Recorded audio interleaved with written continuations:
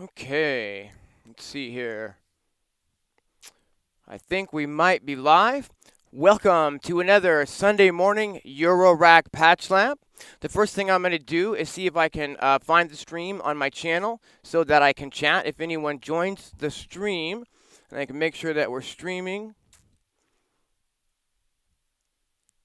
All right, looks like we've already got 7 people watching the stream. I do believe we are live. If someone can let me know if you can hear my voice, that would be fantastic. This is going to be a super casual patch lab today. We're going to be doing some patching in the Eurorack, and we're going to be checking out the new 1010 recorder and mixer, which so far is absolutely fantastic. I just got it. Let me go ahead and switch cameras here. We're going to take a look at the session that I've got set up today. Good levels, fantastic. Hey, Wall. All right. So check this out, you guys. This is the new 1010 Music Bluebox mixer and recorder. It's a 12-track mixer and recorder, and you can set up any combination of 6 stereo tracks to 12 mono tracks using this recorder and mixer. I'm going to go ahead and play for you the groove that I've got in the Eurorack now, and we'll see what the levels sound like. Pretty loud there. Can you guys still hear my voice over the music? Hey, what's happening, Ed? Thanks for tuning in.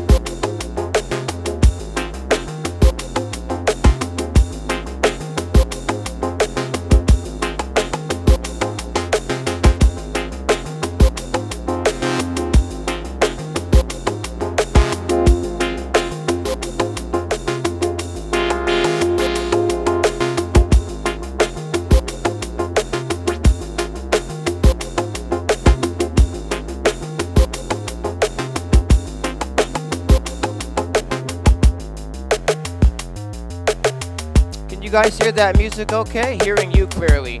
All right, can you hear my voice over the music okay?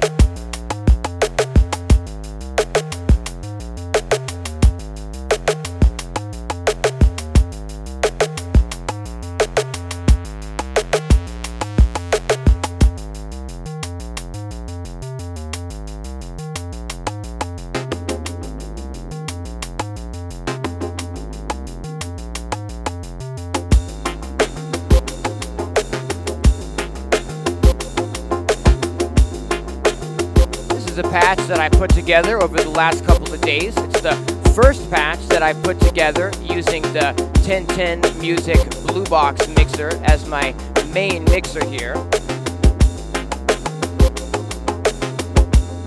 I'm also using today the black sequencer from Erica Synths, which I recently acquired. And you'll notice that I'm able to just literally press stop and the whole groove stops, unlike what we've been able to do in past streams. So I currently have full control over the play and stop of the whole groove using the Erica Synths black sequencer.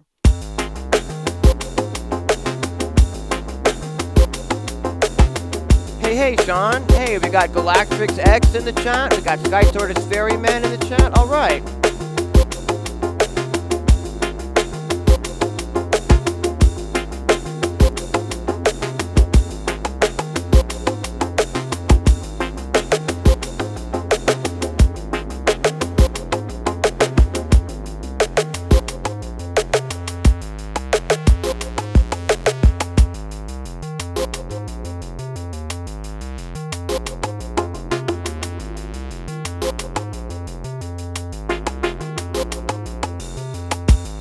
Talk a little bit about how I got this groove created, and in a few minutes we're going to pull all of these cables and we're going to attempt to patch something from scratch today. I think we're going to be patching up a little bit of techno today. 16 people joining me. All right, thanks for joining me, everyone. just want to say before we get started, please go ahead and strike that like if you're enjoying my content, because it helps YouTube share the stream to as many other people as possible. Also, before we get started today, I want to make sure that I don't forget to announce that I'm going to be doing another live stream this Thursday at 6 p.m. Pacific Standard Time on another YouTube channel. That channel is called Gear Dive Jam, and it's run by a friend of mine named Trovarsi. I'm going to be teaming up with Trovarsi, with B-Boy Tech, and with Steve from 1010 Music, and we're going to be doing a live stream and all focusing in and talking about the new Bluebox mixer from 1010. So again, that is going to be this Thursday, 6 p.m. Pacific Standard Time on the Gear Dive Jam YouTube channel. The channel is definitely worth a sub if you want to go over there and get notified for that when that stream happens this Thursday at 6 p.m. Pacific Standard Time. Fantastic. Let's see here. So this is, let me change the camera angle again. This is the first patch that I have put together using the 1010 Bluebox mixer. And what I'm liking about it, I think the most so far, is not only that it's really customizable as far as how you set up the tracks, whether you want stereo tracks or mono tracks, but I really like also that each track has an individual EQ. And it's a very robust EQ. For those of you who have been following my channel for some time, you'll know that I'm really uptight about EQ. And if we look here at the Eurorack system, and we might notice that there's actually no EQ modules in my system. And EQ isn't typically something that we have, a lot of in Eurorack. So to have a mixer enter the equation, which allows me to have a very robust EQ on every single channel in the mix, is a really, really good thing so far. It's also a recorder. I haven't used it as a recorder yet, but we are going to attempt to record something live on the stream in just a few minutes. Let's see. Hey, Jamie, thanks for tuning in. All right, everyone. So let's see here. Let me see if I can show you this mixer. All we have to do, it's a touchscreen interface, which is also really nice to work with. And basically, every single channel gets its own EQ settings. And they're, you've got a 4-band EQ, basically, so we can do low cuts and we can do low shelf. We can do little bell curves and, create really dramatic EQ shapes in this to get our sounds sounding exactly the way we want them to sound in the mix. You can see that's quite a bit of sculpting that I'm able to do here, whereas without any EQs in my system by default, it's really something that I've been sorely lacking so far. Hey, what's happening, Connor? Thanks for tuning in. Yeah, so far, so good, you guys. Let's go ahead and attempt to do the first recording with this Bluebox mixer, shall we? I'm in the main page here, just the mixer page, right? And I'm just going to go ahead and press record. Now, all I have to do, I read this in the manual, is highlight all of the tracks that I want to actually record on individually. So I've got, 8 different tracks here loaded up with sounds. So I'm going to highlight tracks 1 through 8. And let's see here. And take a look at the paperwork that this comes with here and make sure that I'm doing this right. You're going to hold record and press play to start the recording. So let's go ahead and give that a go. I'm going to hit record and I'm going to hit play, and I can see that the counter is starting to count off there. I'm going to go ahead and just start playing some of this groove that's in the system and doing some tweaking, and we're going to go ahead and record this into the Bluebox. Let's check this out.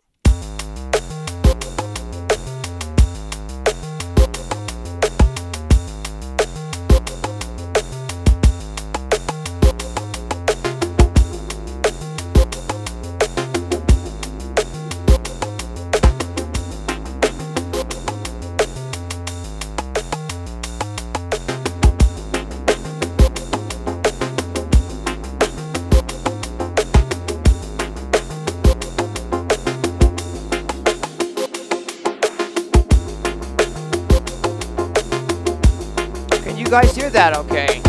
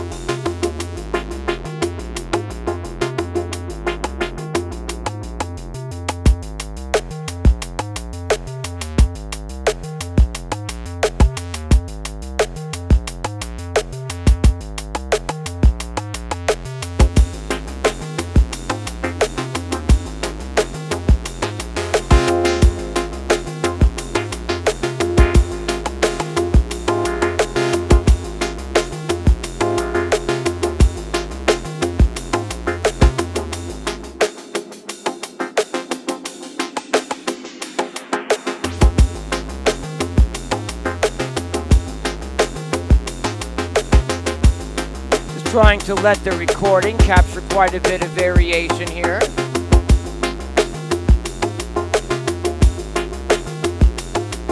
Hearing everything great. Thank you, Ed. I appreciate that.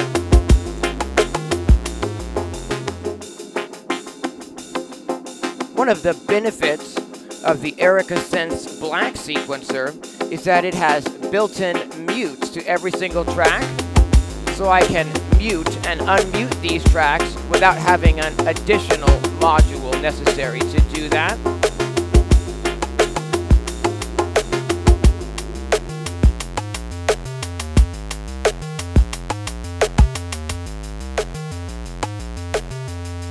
Change the pattern here.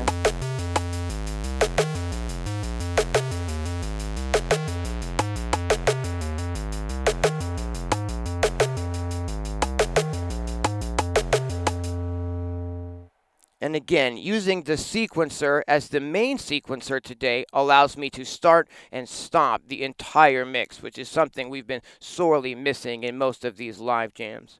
We've been recording for over 3 minutes here. I'm going to go ahead and press stop on the Bluebox, and I'm assuming that we've got those tracks now saved in our project. It looks like there's if I go to the files here, it looks like we're missing a track on track 5, and it looks like we're missing a track on track 7, which is sort of odd because, as you can see here, all 7 tracks are activated on the record screen.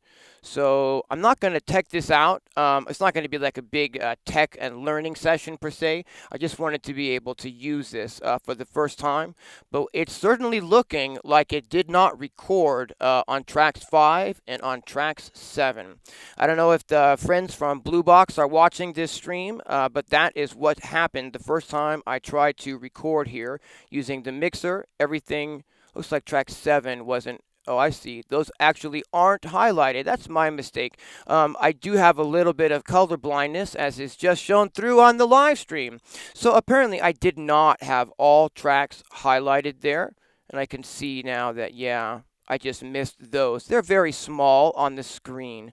You know, let's go ahead and see what happens if I try to do that exact same thing again. I'm not trying to get a perfect jam per se. I'm just trying to test out that I can actually record the tracks individually before we unpatch today so that I can, you know, maybe save a little bit of what I've got in the system.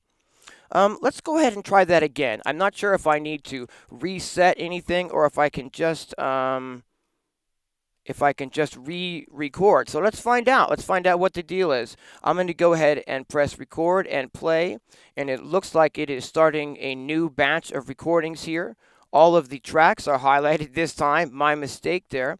And I'm just going to go ahead and press play again on the Erica sequencer. Cool.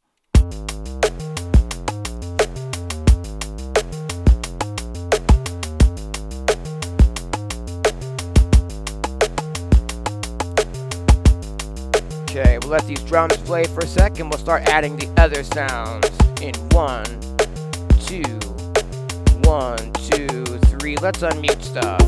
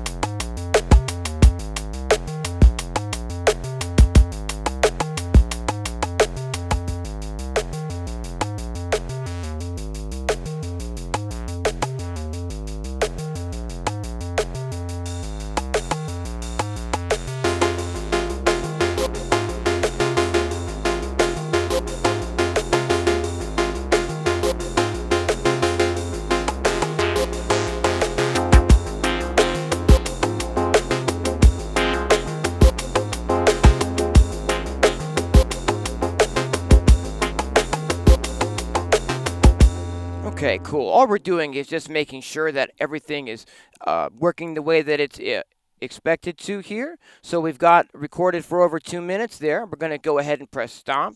This time I'm going to go back over to the edit page and take a look here, and we can actually see now that there's multiple files in some of those destinations. Fantastic. I'm just going to go over back to my project tab and hit save so that I can make sure we don't lose anything, because we're about to pull all of these patch cables and see if we can't patch something from scratch today. I think what we're going to be patching today is going to be some techno. I've prepared some samples in the Squarp Rample that we're going to see if we can't work with. So what I've done so that we can actually do the first live stream here with the camera overhead of the Eurorack equipment is I've just condensed everything I've got into the one case of the most like necessary stuff that I've need to be able to actually put some grooves together. Let's see, I've got that recording and we've done the save, so I'm assuming that we can go ahead and just start a new project at this time, pull all these cables, and see if we can patch something from scratch. So we're going to start in the Bluebox. I've gone ahead and just gone to the file section, and I'm going to choose a new file. Let's see here, let's go clear, and let's just call this YT space techno thing. Cool. And enter. Fantastic. That's giving us a new session to work with. And what we can do, as you can hear that our levels have already just jumped there, we're going to go ahead and go over to the main, and I'm going to bring some of these down. We're going to go to the tracks. The first thing I'm going to need to do is decide how many tracks we'd like to work with today. I ended up using 8 tracks in that last session. I want to make sure I have enough tracks in this session. We're going to go ahead and start a 10-track session. And I can choose in the mixer whether we're working with a single row or a double row on the window here. And that looks, let me see if I can show you what that looks like.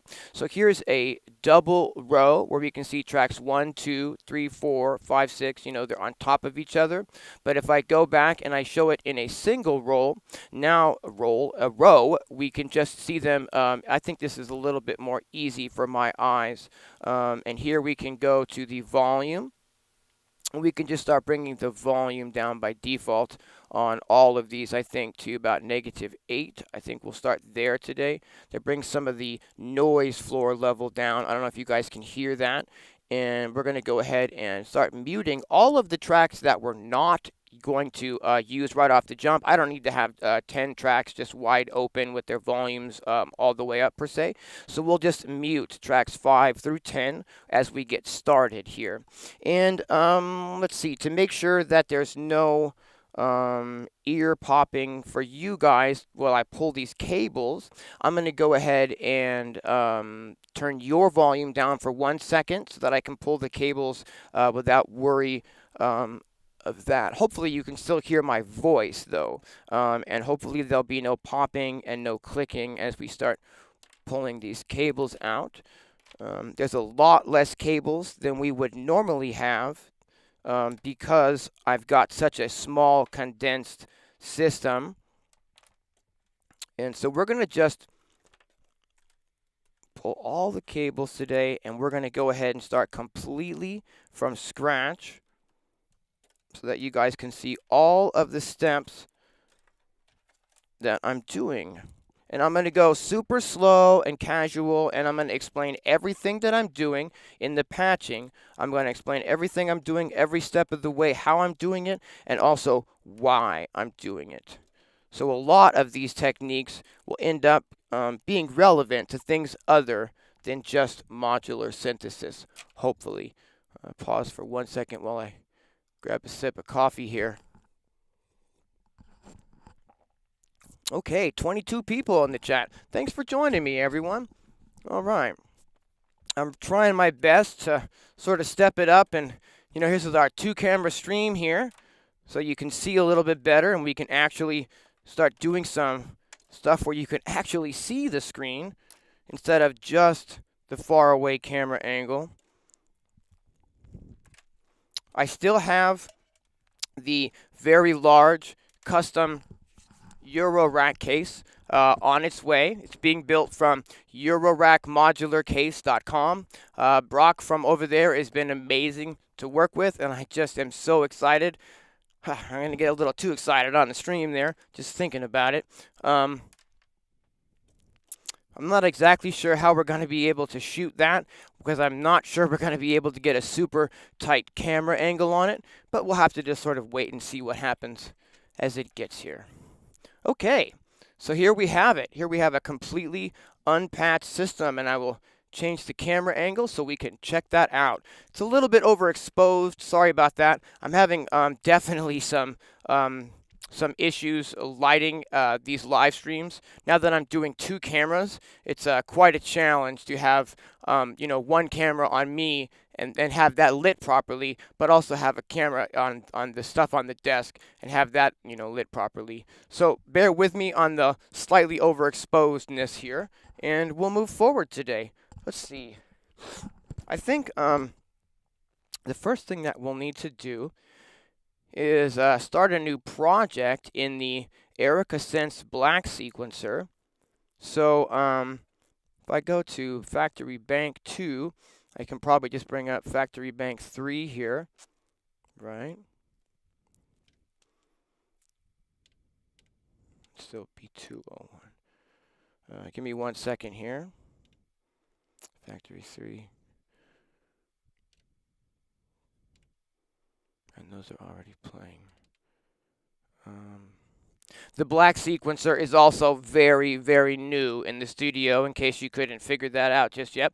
And the bonus of this is that it has 4 tracks of both CV and gate. So we've got pitch and gate, but it also has 4 modulation outputs. In the last patch, I was using these modulation outputs as drum triggers. We can have the modulation outputs here set to all sorts of different type of modulation. We can have them be an LFO.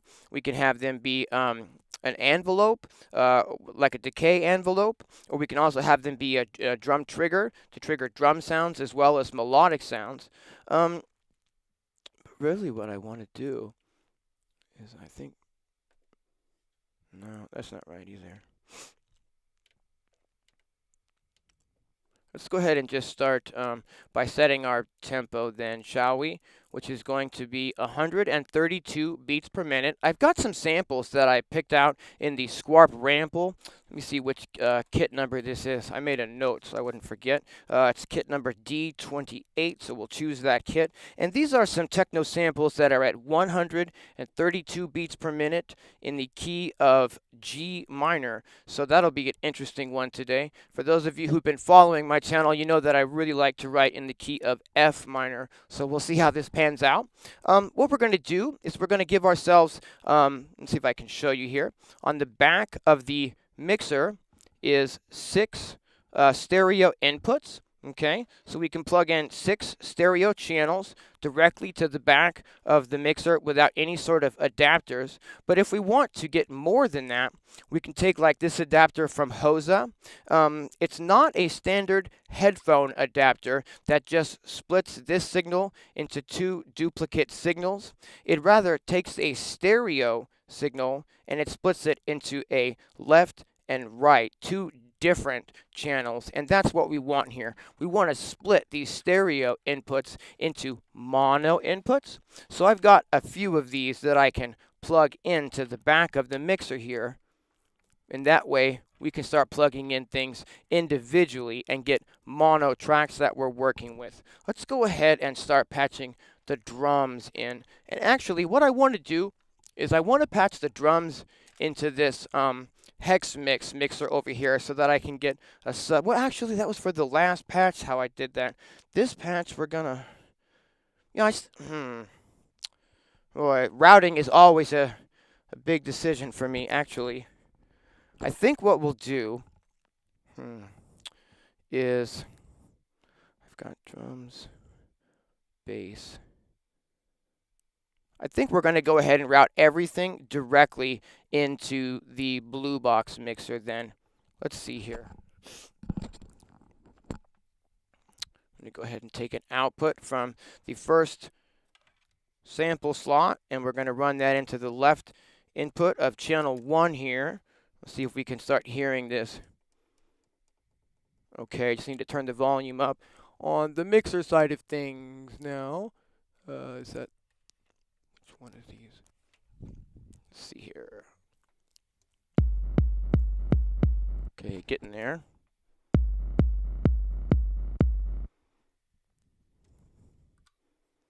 I just need to set the inputs, and this is a really, really neat feature of the Bluebox.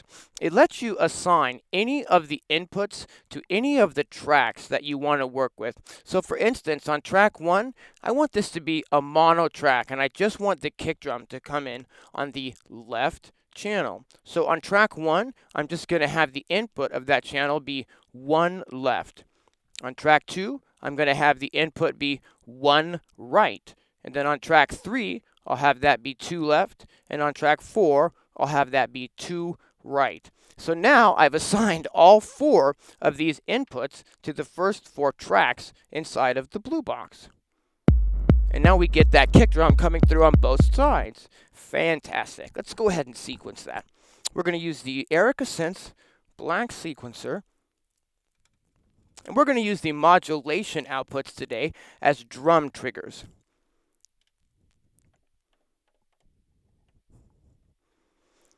Okay, bear with me.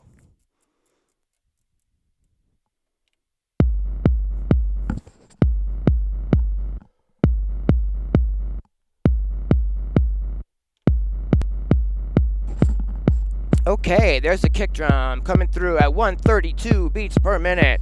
Fantastic. All right, let's go ahead and get the, actually I'm gonna need a, no, okay, we'll do this here. I'm gonna use the second channel on the Erica Sense Black Sequencer. I'm using the modulation outputs, not the pitch or CV outputs. And I've got these assigned to function as drum triggers. What's happening, Gaz? What's happening, Lee? All right, let me just check the chat for 1 second. Make sure I'm not missing any important questions. Please feel free to ask questions along the way. This is just a super casual stream today, so we're not going to worry about like interrupting with questions. You feel free to ask whatever you need, whether it be Eurorack related or anything related to the Bluebox. If I can answer that, I will as well. Let's see if I can get that in there.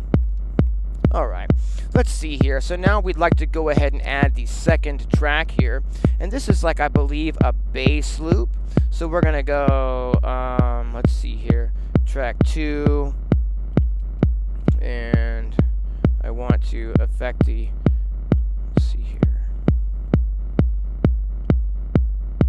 I want to make sure that this is like a 2-bar range, so 32. Okay, now let's go ahead and patch the bass part that I've got coming out here of the rample. We're going to patch this directly into track number 2. Cool. Look at my levels over there on the mixer. That might be a little loud, so we're going to go back to the main mixer page of our mixer. I'm going to click on volume, and I'm just going to bring both these tracks down a little tiny bit. Take a look behind me at those levels. Does that sound okay? I'm not distorting or anything at home there, am I? Just let me know if we get too loud, guys. So we got 2 tracks going. What's cool is that, again, I can't stress this enough, is that we could EQ either one of these tracks. So if I wanted to, I could go ahead and change the EQ on the kick drum to be a low cut. And see, not the gain, rather. Let me fix that. But turn this frequency control up. And I'm basically high passing the kick drum now. Do you hear that? And you can see as well the EQ that we're affecting on the screen here. I can't stress enough how amazing this is to have this kind of control when I'm working, especially being as though I don't, have any EQs per se. I have a little bit of built-in EQ on this hex mix from Bifaco that I'm using as kind of a submix a lot of the time. But here, for instance, we're bypassing this and we're just going directly into the mixer. I'm going to go ahead and, I think, bring the bass down another decibel or 2 so that our kick is like the loudest thing in the mix. Fantastic. Let's go ahead and add the third sound here from the squarp ramble. And let me actually explain that as well.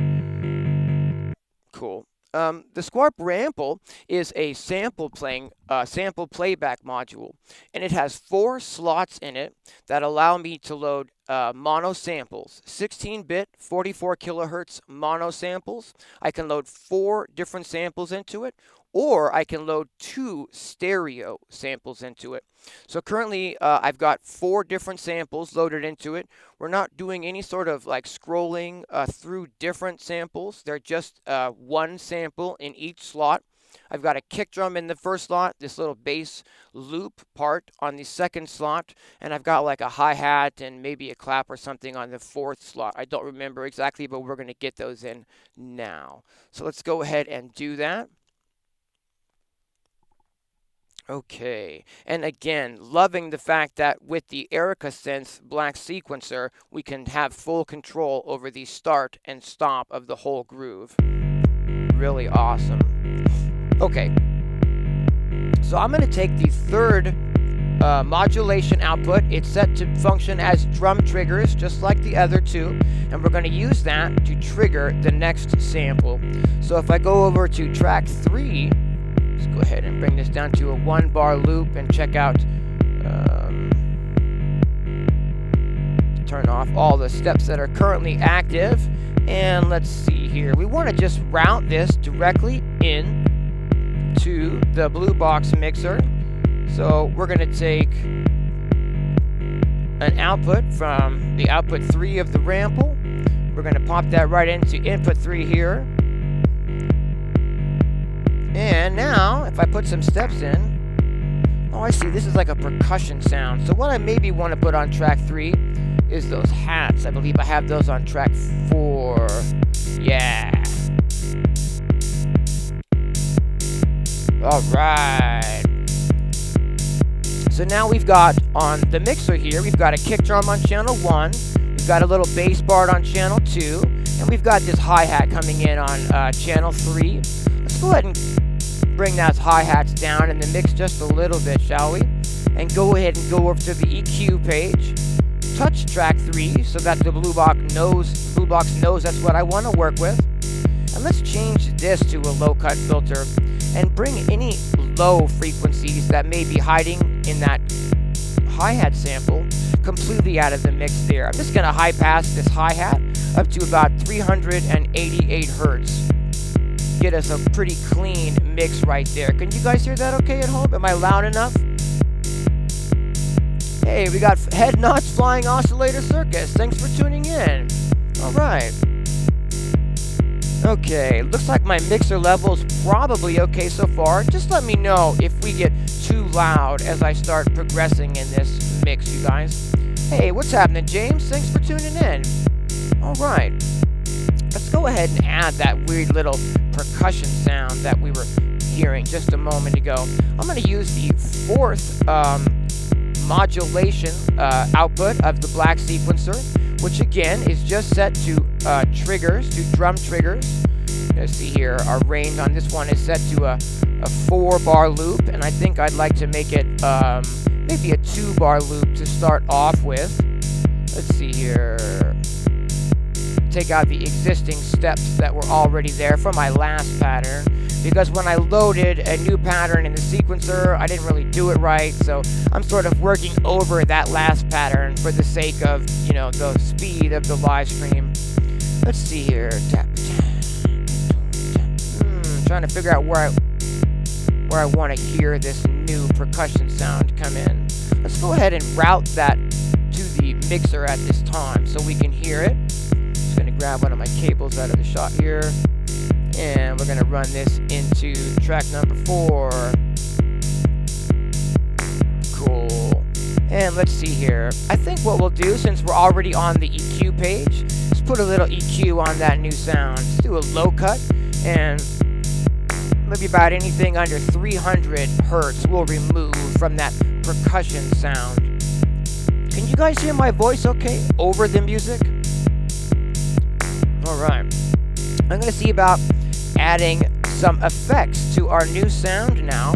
If I go back to the mixer page and click the mute, I can just, it's a touchscreen mixer. I really love this so far, you guys.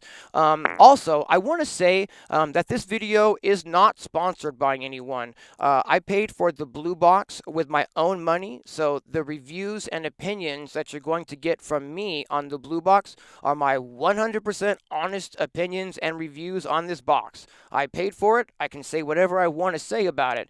So far, I'm absolutely loving working with it, you guys. I'm going to go ahead and turn that track 4 back on. I'm going to go over to the effects tab, and let's see about putting some effects on that new sound, shall we? Let's see here.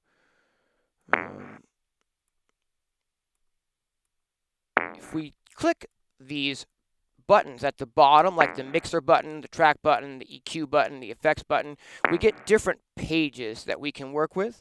And what I want to do is I want to work with the reverb effect right now. And I want to just basically, there's a knob in here that says low C, and I believe that's cutting out the low frequency content to our reverb.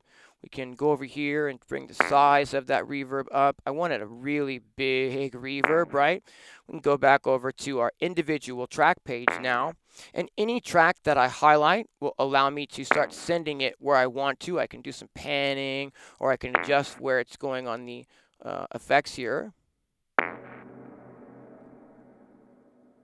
The first one is delay. We'll turn that off. So there's our reverb, and it's a really, big reverb at this time. So maybe I'll adjust that size of that reverb.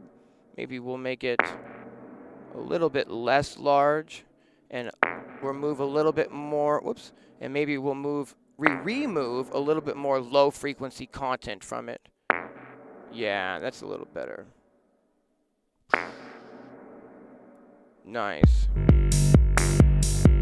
Cool. I'm going to bring that percussion sound down in the mix a little bit. I'm going to click volume.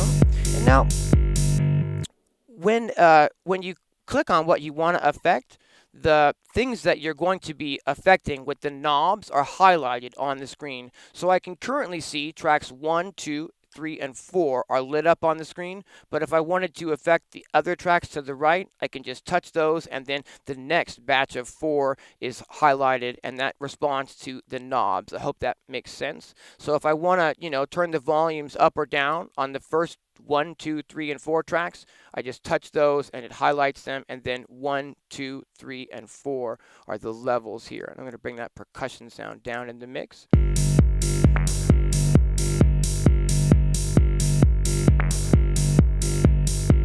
Wall, you got an O-Coast? I am so jealous. How are you liking it? I hope you're loving it. That's awesome.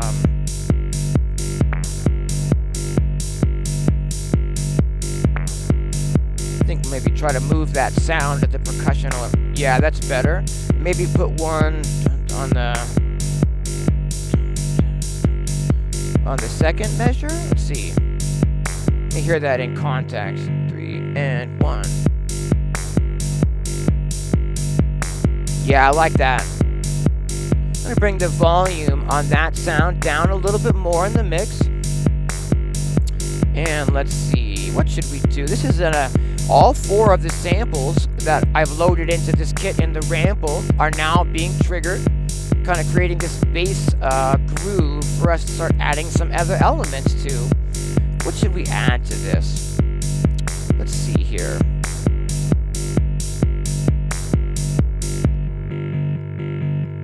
Those of you who have been watching my streams know that I'm a big fan of the 909 ride sound. So let's see if maybe we can add that in. I've got, I'm a real heavy on the samples in my workflow as a sample maker. So I've got the Squark. We're going to get into some analog modules in a minute. Don't worry, it's not going to be sample only. But what we're going to do is add a 909 ride cymbal at this time. And I've got one loaded up into one of these sample modules here. These are the Tip Top Audio 1 sample modules, and I can load mono samples into these as well. 16-bit 44, and let's see here. I'm going to want to run this into another mono channel on the mixer. So I'm going to use another one of these splitters. Again, this is not just a standard headphone splitter that splits a stereo signal into two duplicate stereo signals, but rather this splits a stereo signal into a left and a right side. So you've got two different inputs, but not duplicate. It's not quite the same. You need to make sure that you got the ring and the tip. These are from Hosa. I just got these through Amazon. Let's see here. So I'd like to get that ride in. I believe we have the ride on this sampler here. Let's find out. Let's put that into the next available input here. And now, if you remember, I muted, I believe, most of the tracks that we were not working with. So I'm going to go ahead and unmute tracks 5 and 6. So we've got tracks 1 and 2, 3 and 4, and 5 and 6 coming into the back of the mixer here. That leaves me 3 stereo inputs as well for me to assign things. Now, I just want to make sure that the Bluebox knows my routing, because it won't know unless I tell it what I want for these channels 5 and 6. So on the mixer page here, if I click, on the track page here, if I click the B button, it's going to allow me to assign the inputs to all of these tracks that I want to. So on track 5 here, I just want to make that the input 3 left. And on, because we got 1, 2, 3 of the inputs, right? So on track 6, I want that to come in through 3 on the right hand side. And we can go back to our mixer. In fact, we've done quite a lot of things inside the box, and I haven't done any saving. So we'll go back over to the project tab, make sure that, YouTube Techno thing is highlighted, the correct project, and go ahead and hit save. Cool. Now, let's see here. That's not the ride. And that's very loud. Let's go back to the volume, okay? And I've highlighted tracks 5, 6, and 7, and 8. So we have control over them with these knobs, 5, 6, 7, and 8. And I can bring these like way down in the mix by default. Maybe like I'll bring all 4 of these down. Maybe like -10 on each one, so that the sounds we're scrolling through won't be quite as dramatic as that was just a second ago. Hopefully, cool. Maybe it's on this one. Hey, there it is. And boy, that is a very loud. Let's bring that way down, shall we? All right.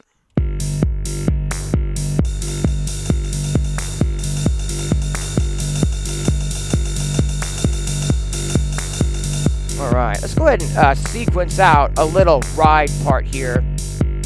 What let's do is use let's use this. I have another sequencer in here because just one 4-track sequencer isn't enough to get me where I need to go. So we've got a little D&I Pro sequencer here, D&I Pro, and this is the 3-track sequencer.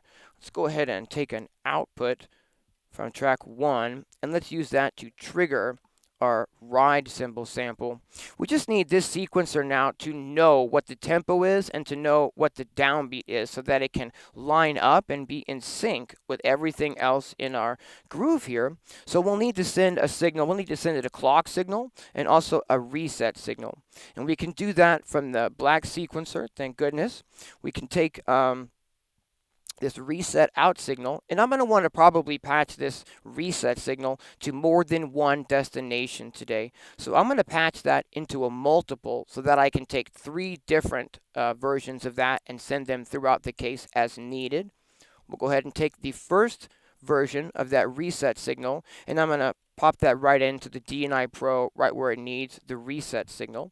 Then I'm going to take the clock out from the Erica, and we're going to want to run this clock into a few different modules as well. So one, cable isn't going to get me there. So I'm going to plug this cable into a multiple as well, so that I've got multiple different outputs of that signal now. And I can go ahead and take an output from that clock signal into the D&I Dot Pro, the D&I Pro from Dot rather. Or the Dot from D&I Pro. I'm not exactly sure what that is supposed to be, but there we go. Now, when I press play on the black sequencer, we're also getting the D&I Pro running in sync. I don't know if you can see that. And it's already triggering our hi-hat.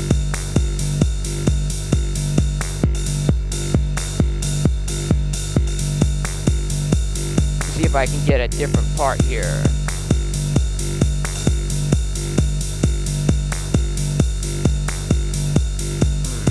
What am I looking for?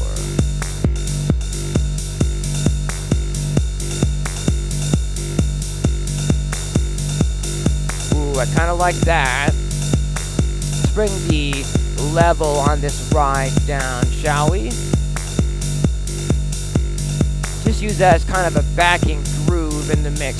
And what let's do is utilize this EQ on the Bluebox again, shall we? I'm going to press the EQ tab. We're going to highlight that ride symbol. I'm going to turn the type I want to a low cut filter. And I'm going to scroll this frequency up and get rid of any possible low frequency content beneath about 500 hertz on our ride sound. Hey, what's happening, Joe Varsity? Thanks for tuning in. All right. All right. Yeah, Hosa. I know, James. It's what they had available. Okay, and they're working actually in Hosa's defense. They're working really well. For those of you who don't know, I'm not really a big fan of Hosa products, but this is what I got, and they seem to be working pretty much okay. I think we've got that ride a bit too loud, so we're going to bring that down again. I don't want it just jamming over the mix. We want it more of a, of a supporting element. There we go. And I can mute that on and off using the dot as well.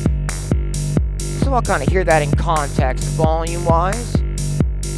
1, 2, 3, and maybe a little bit lower still. Because I want to be able to add more elements in the mix still, and I don't want them to all compete with that new high frequency of the ride.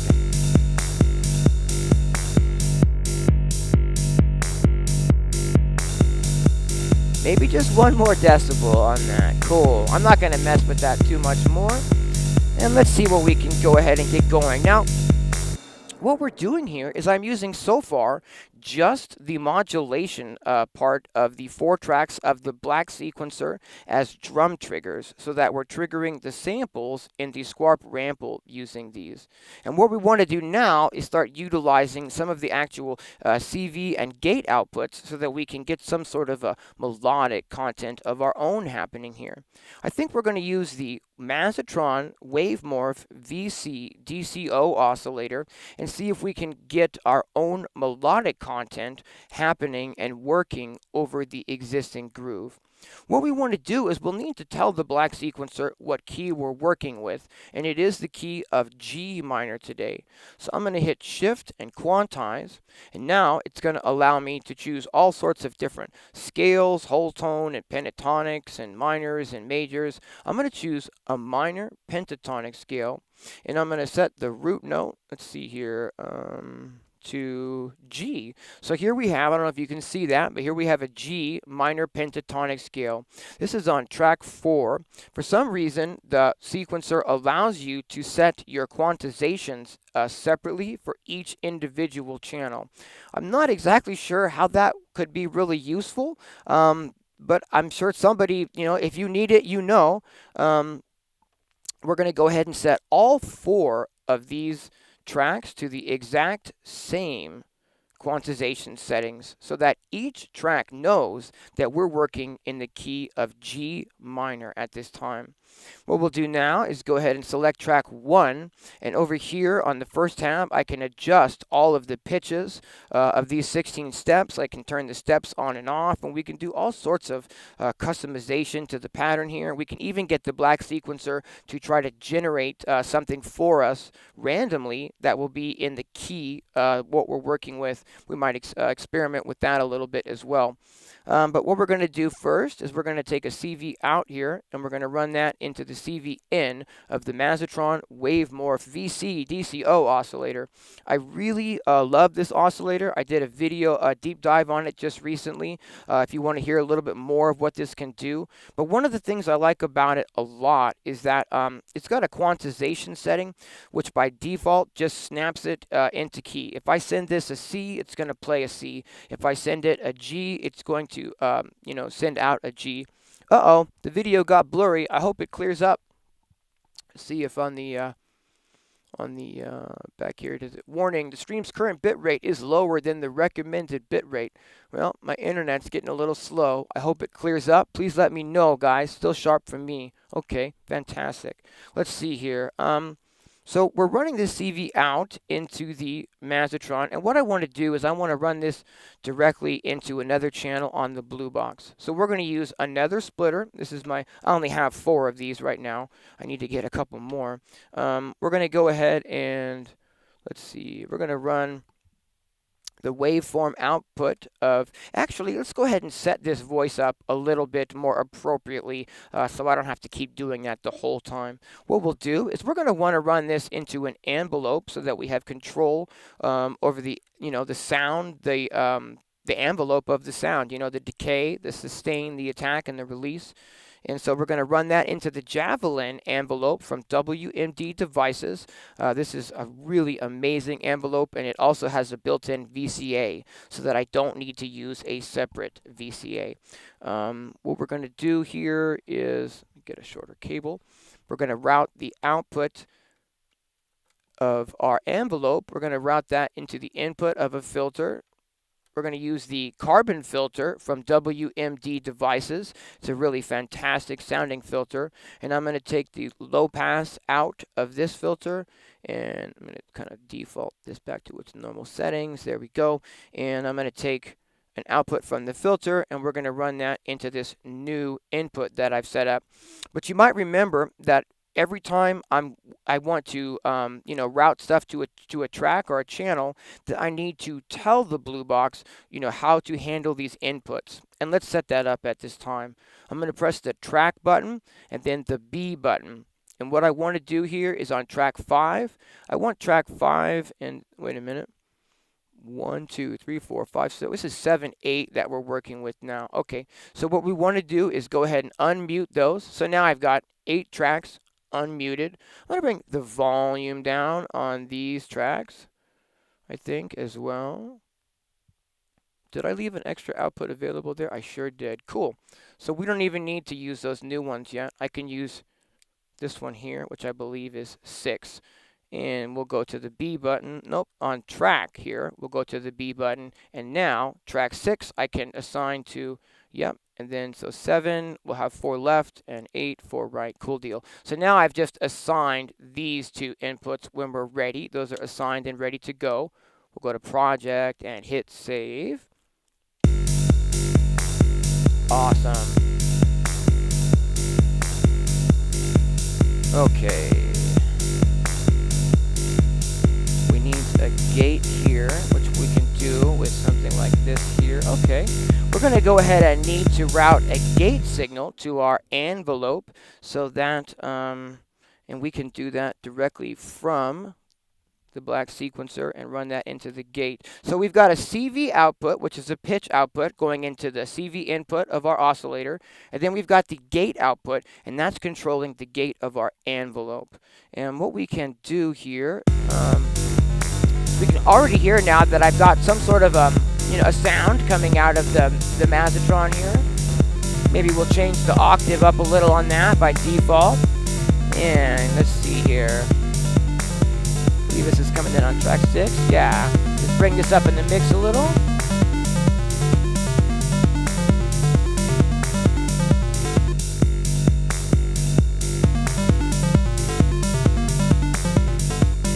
So I can adjust the envelope of the sound using the Javelin envelope here.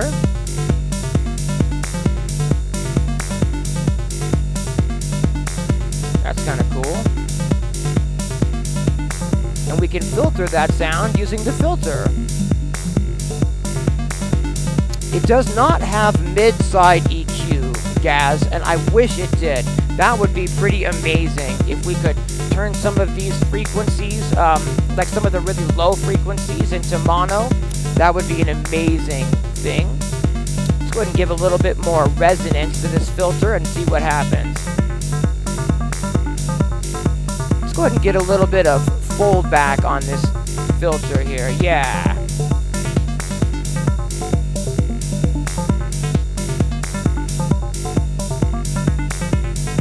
Okay, let's put a little bit of reverb on this new sound using the Bluebox.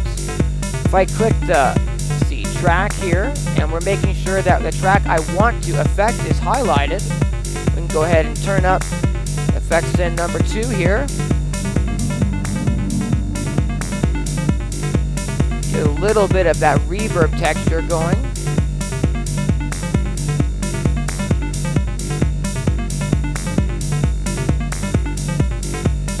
Yeah, all right.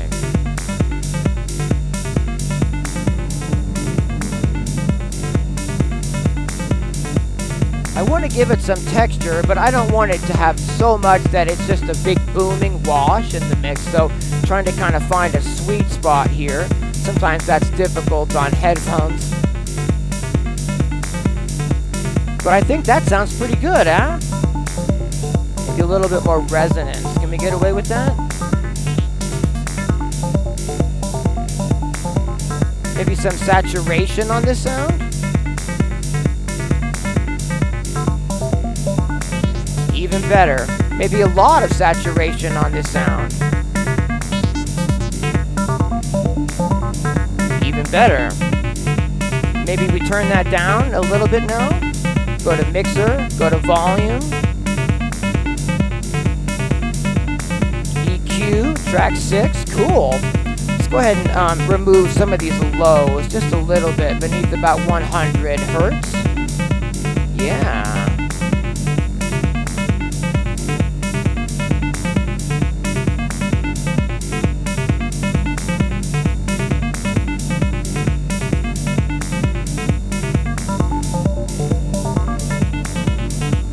Okay.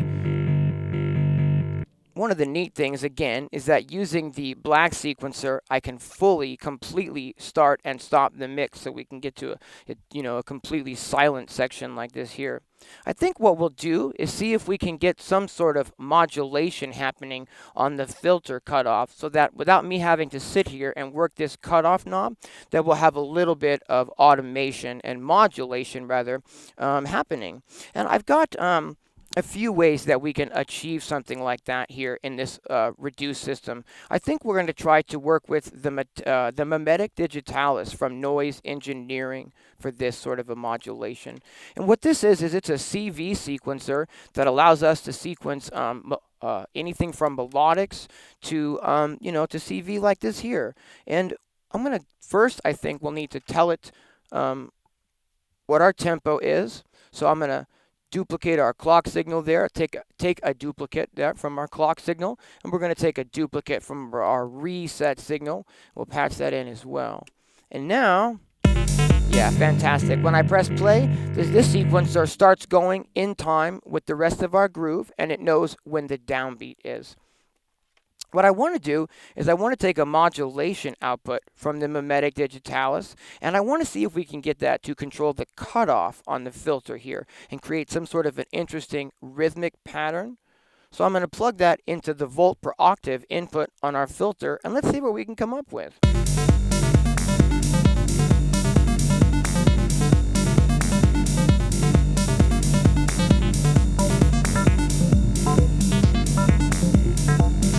You hear how we're getting some movement? See what I can do is I can mute these other tracks here.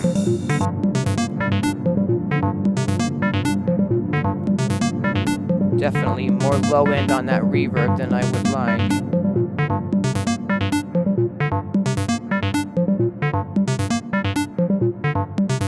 I'm trying to remove more of the low frequency content from the reverb send. That's a lot better. Send less reverb to this sound as well. But do you hear some of the movement on the filter now? Do you hear how it's moving a little bit? That's being controlled from the Melodic Digitalis. And we can randomize what this is doing as well and see if it creates a pattern that sort of jumps out at us.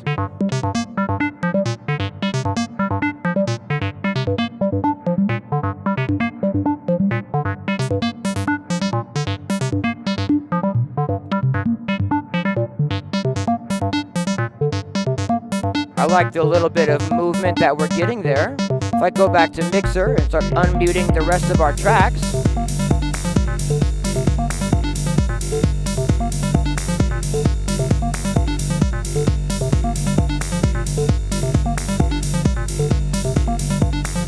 Yeah, we definitely need some more shapeable envelopes on things like filters.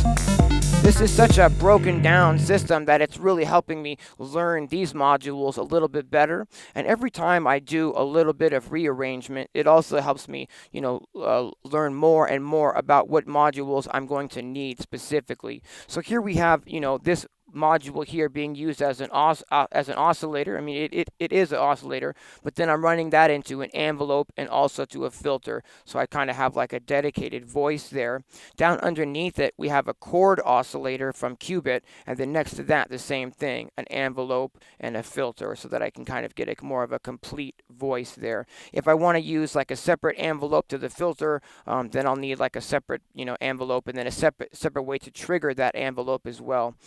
Really looking forward to the large custom case coming. It's supposed to be, potentially maybe this month, maybe early next month. I'm not exactly sure because they're building it now. But the folks that are building it for me are over at Eurorack modularcase.com. They do absolutely amazing craftsmanship on these cases. These are the folks who built the case for Andrew Wong, which is a huge, amazing case. I'm really excited to start working with this larger case. And we'll have like all of the modules in one spot. So if I need extra filters and extra envelopes and all that kind of good stuff, hopefully we'll be all ready for that sort of production as well. Let's see here. So we've got our new sound and it's sounding pretty good over the existing groove. I think now that we've removed a little bit more of the low frequency content though from the reverb, maybe we can give a little more reverb to our sound. How's that mix at home? Do I need to adjust any of these levels, do you guys think?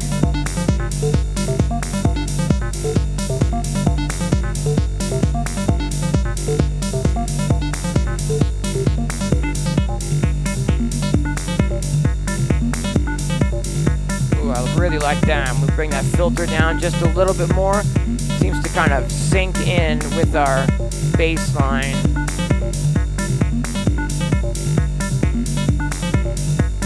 Yeah, that's a really great point, Brett.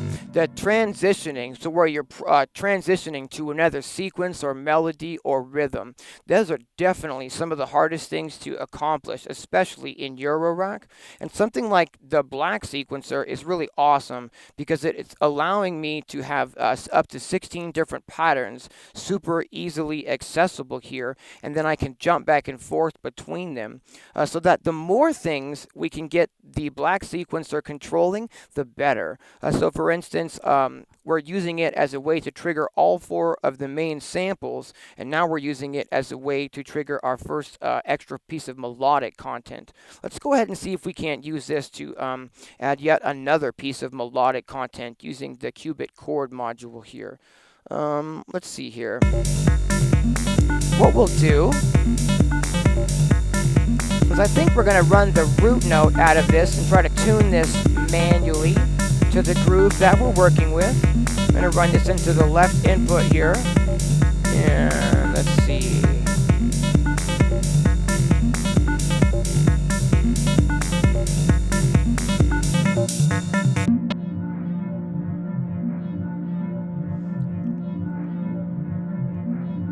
Yeah, I just need to set these inputs right. No, 4 left. 1, 2, 3, 4.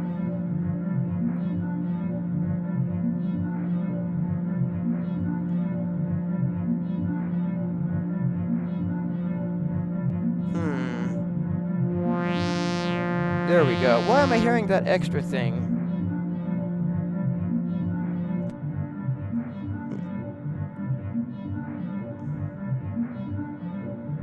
Oh, I know, because okay, check this out. I'm glad this happened, so I can show you guys. All right.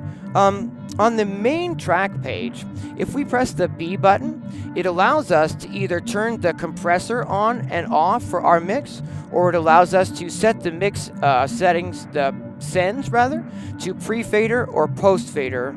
And I want everything to be pre-fader. Leave that on then. Rather, post-fader is what I want. Sorry about that.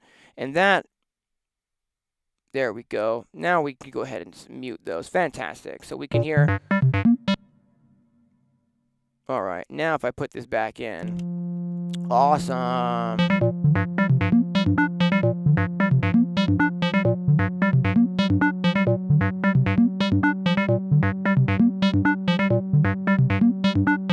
Let's see here. Volume.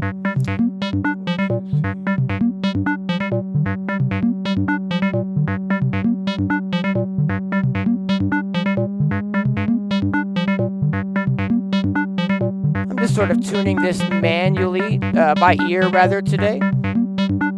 Okay. I think that'll work. Let's unmute the rest of these tracks, get our groove playing again. All right.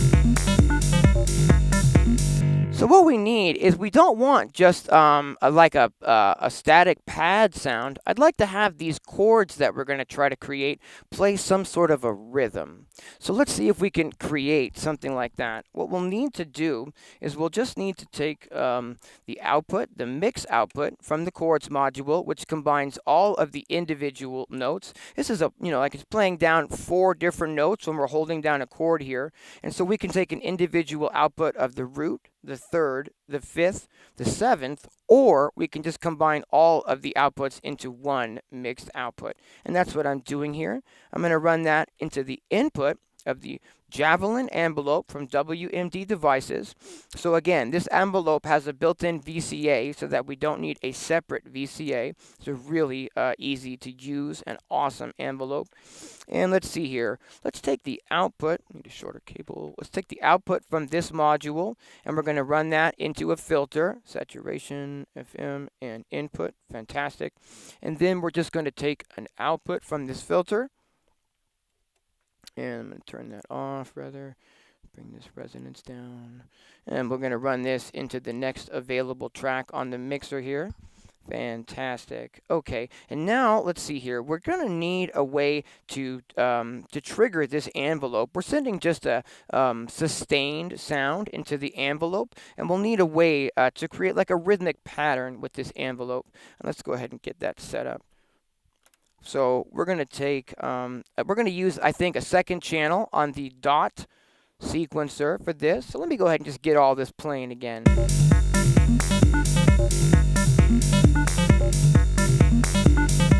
So we're going to run the second output from the D&I Pro into the gate input of our chords here, and I can see that that's triggering the envelope. Fantastic. I believe I want this to come in on this track though. Left 7. Okay, so now we're getting a tiny little bit of a rhythmic thing happening here. We just need to get quite a bit more level on this. So if I go back to mixer, go back to volume, start unmuting the other track so we can hear it in the mix. Cool.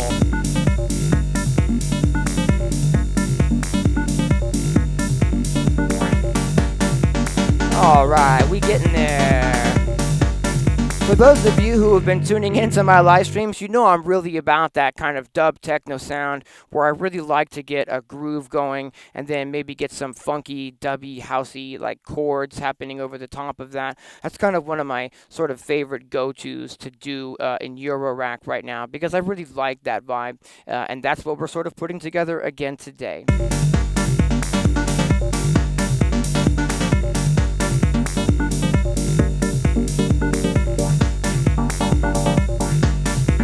So we can filter this chord. We can change the envelope on this chord, make it tighter, really tight if we want, or we can make it really long if we want.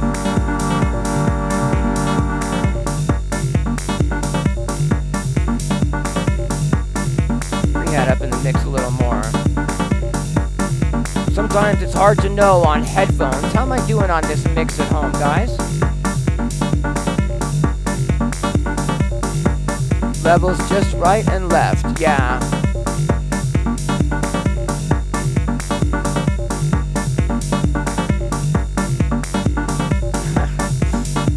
Let's see here. Let's add some reverb to this chord sound using the reverb in the Bluebox. If I press track, we can go ahead and send some reverb to channel 7. Yeah.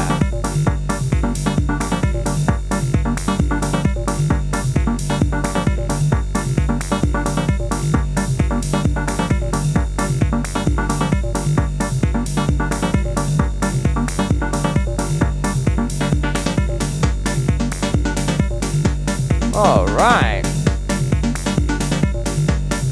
Bring the volume on that down a touch. Tracks. Oh, cool. We can get EQ on that and the chord sound. Let's bring some of those low frequencies, yeah, out of the mix there.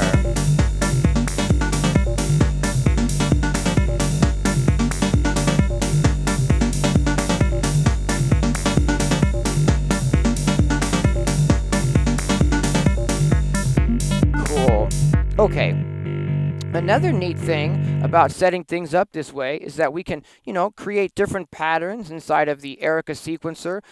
For instance, our first pitch and gate set of information here is controlling our arpeggio kind of sound. We can create a different version of that in just a minute. But we can also use the mute feature of the D&I Pro sequencer to turn the tracks on and off that we're using in that sequencer. It has a built-in mute feature. Let me show you this.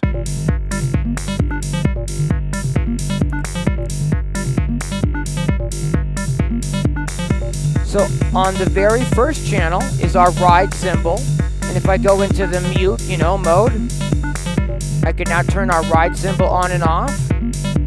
Now, the button at the middle here is highlighted. That means this track is muted as well, track 2. And track 2 is just controlling the gate envelope for our chord module.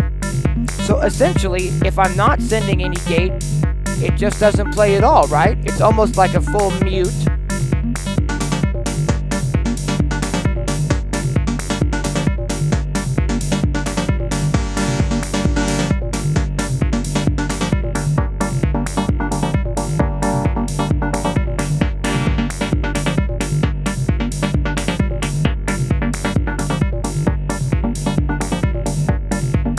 The waveform itself inside of the cubic chord module allows us to do some morphing. And it sounds a bit like I'm filtering the sound. I really, really love this cubic chord module for sort of dubby techno chords and whatnot. Thanks, Ed. Thanks, BK. Hey, thanks, Brett. Yeah, playing and practicing. Trovarsi knows what's up. That's where the fun is. So let's go ahead and tuck this chord back into the mix a little, right? Maybe give a little bit of high frequency content back to our arpeggio here. So, what else could we maybe add here? I think what we might try to do is try to come up with a second melodic kind of arpeggio type of thing. Let's see if we can't do that using the Expert Sleepers Disting EX Plus Alpha. My goodness, that is a lot of words to say. But this module is really, really awesome.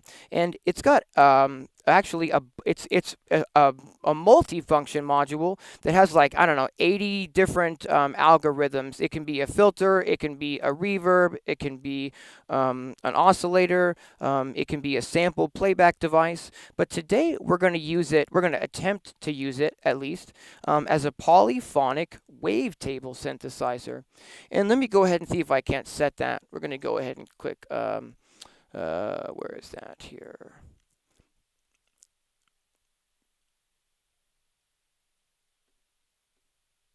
Come on now.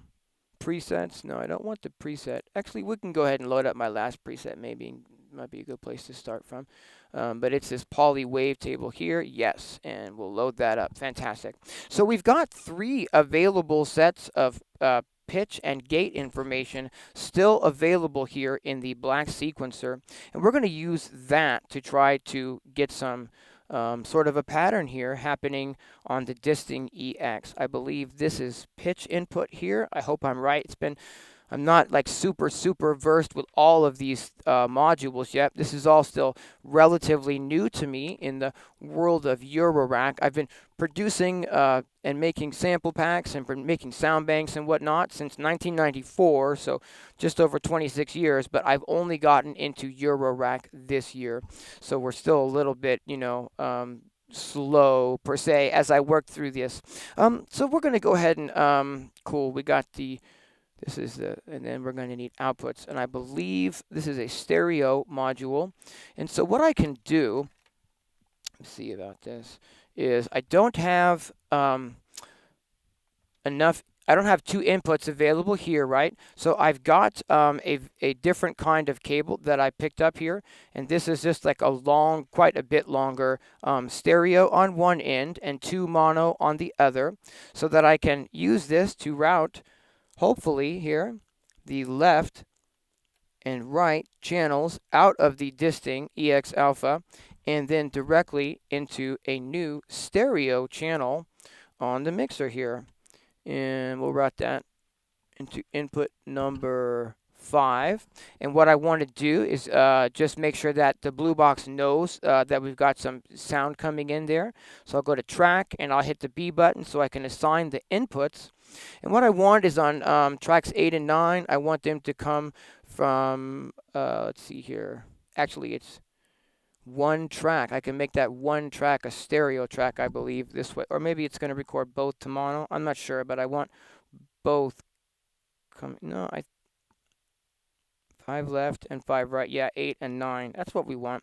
Cool deal. And so let's see here. Back to the volumes of these. We're going to bring these down in the mix by quite a lot by default to make sure that we don't, blast too much volume. And let's see what we can do here. Start muting some stuff.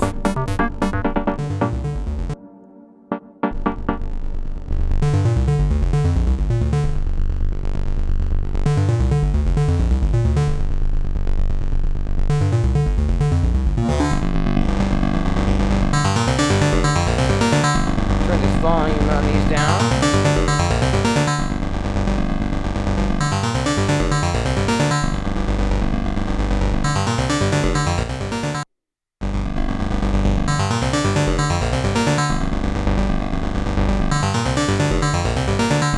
Yeah, 8 and 9. Okay.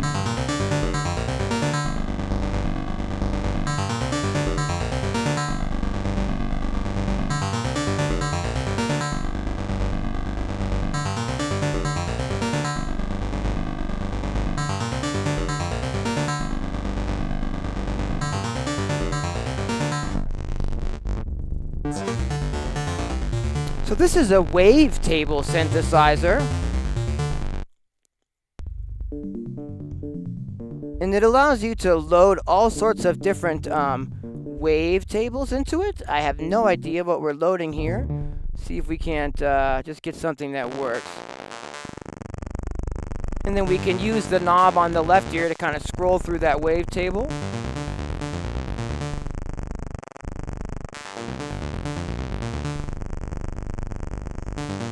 What is this, 2 bar? Okay, I've got CV2 here, so CV2 here. Yeah, exactly. Cool deal. So let's go ahead and, alright, let's use the power of magic in the black sequencer to try to make this happen. And what we're going to do is we're going to hit, I believe it's like shift and magic, or maybe it's just magic, or is it setup and magic? There it is. Now we can adjust what sort of a range that the black sequencer is going to work in when I try to randomize it. So for instance, if we want the lowest note to be like C2 and maybe the highest note to be like C4 right now, and let's see here, let's go ahead and take those ratchets off if we can. How can we do that? There we go. I don't want any ratchets, so how do I, There it is, no ratchets. Fantastic. Let's see here. I'm just setting basically the settings that are going to happen when I start using the black sequencer to try to create a melodic pattern randomly. So let's see if we can do that. Okay, if we go on number 2 here, and if I click magic and press CV, it's going to spit out a new pattern. We'll do that again.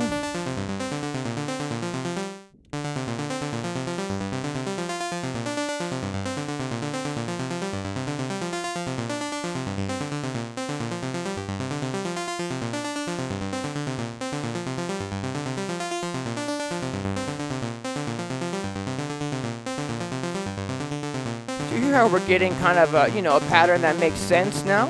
Obviously, we'll need to do some adjusting here. Let's see if we can't unmute the rest of these tracks and start working with this pattern. See if we can't dial this in a little bit.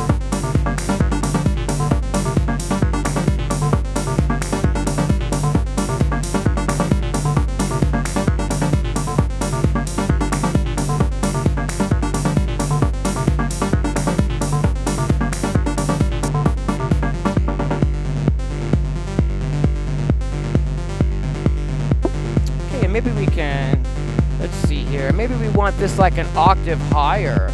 So maybe we want, let's see here, maybe we want our minimum octave to be a C3, or maybe the root note, a G. And let's try to see if we can't create another pattern. Better. Cool. Let's put a little bit of reverb on that new synth part, shall we? Yeah. Track and 8 and effects 2 and track 9. All right.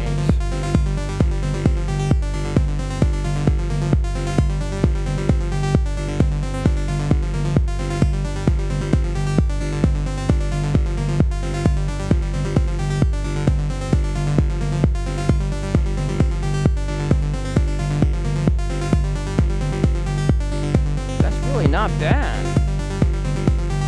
Maybe we want, let's see here, less decay. Nice tighter sound. I like that.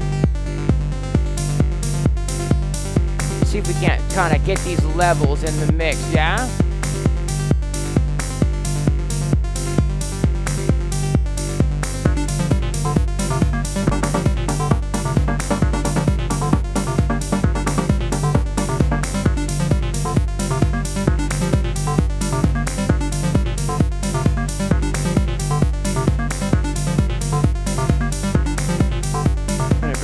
Percussion squack down quite a bit in the mix, so it's just a really tight background.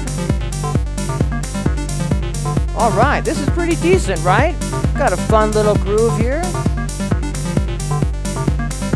So the bonus is that now that I've got some sort of of a pattern going, we can, spend that extra few, minutes inside of the mixer trying to adjust, really the fine details of the groove. Whereas I'm not really able to do stuff like that without the Bluebox, because again, there's not really EQ modules that I have in the system like this, and I certainly don't have an EQ module for every single track.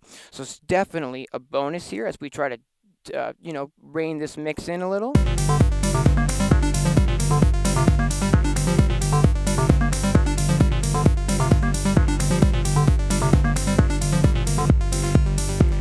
Right, so it's track 6. Let's bring that down a little.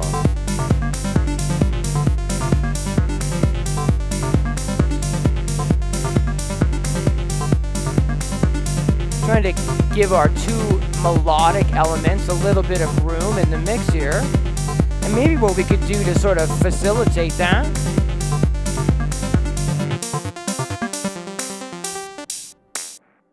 Start muting things here so I can really focus in on what I'm hearing. It's track 8 that I want to deal with, yeah? Okay. So here we have track 6 and track 8, and they're really melodic elements in the same frequency range.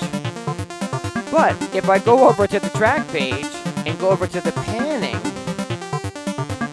can maybe pan one of these a little bit to the left and pan the other one a little bit to the right.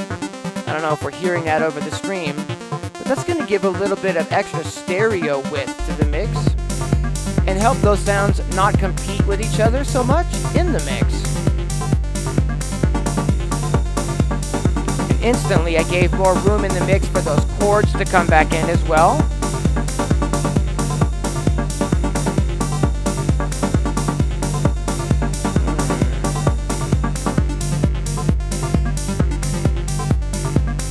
Maybe we want to bring track 8 up in volume a little now. Kind of even out those arpeggio patterns.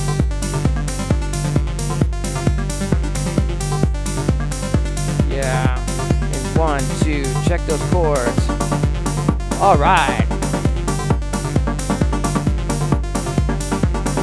And the other ride.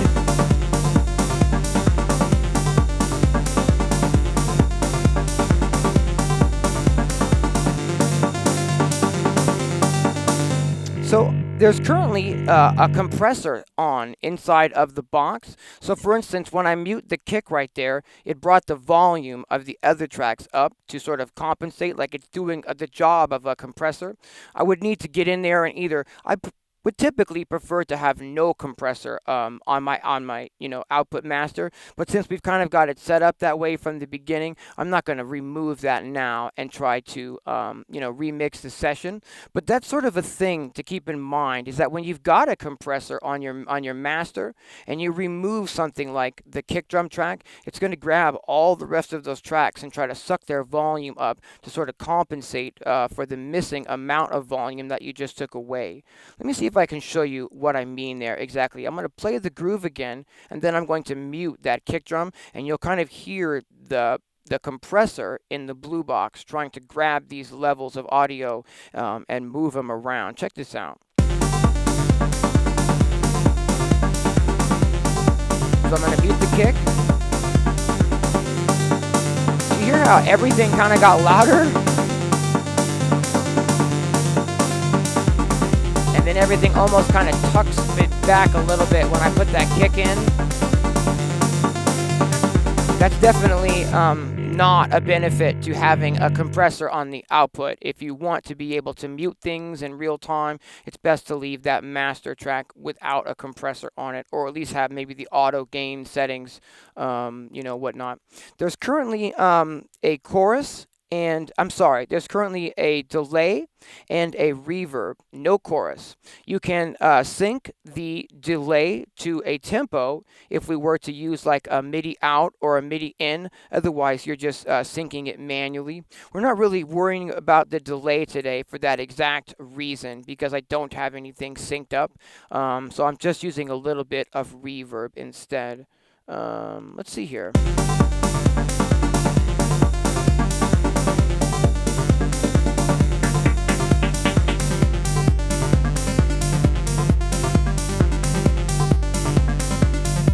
So I can mute our arpeggio, but it's on the same channel that's triggering our bass. So that's one of the disadvantages of using the black sequencer to sequence melodic content and then to also use its output as drum triggers. Because now if I mute the channels, it mutes the melodic content, but it also mutes those drum triggers as well. So that's definitely not necessarily a super great benefit there. But again, I would typically be using other sequencers for the drums, maybe the Golden Shower from Mazatron, or even the Digitact, or even like a sequencer like this Dot here, for the drums. But based on the small setup that I've put together specifically so we can do these live streams and get everything in the shot, that's sort of what we're working with, a very limited capacity setup at this time. Let's see here. We've been streaming for just about an hour and a half. We've got a little groove here going. Sounding pretty good, too. We can bring some of these tracks in and out. The ride cymbal. We can mute some of these tracks if we want to.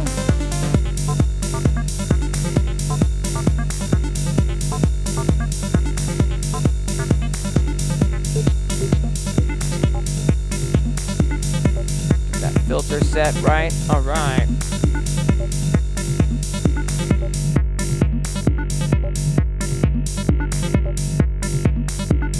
Two, three, and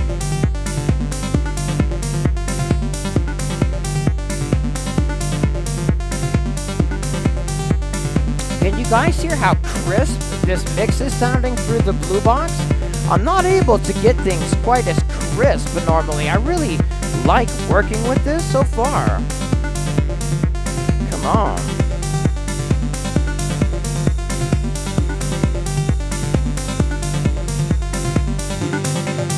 Yeah, so when I mute the kick drum, the compressor is bringing the whole mix up. So I don't really have control over that right now.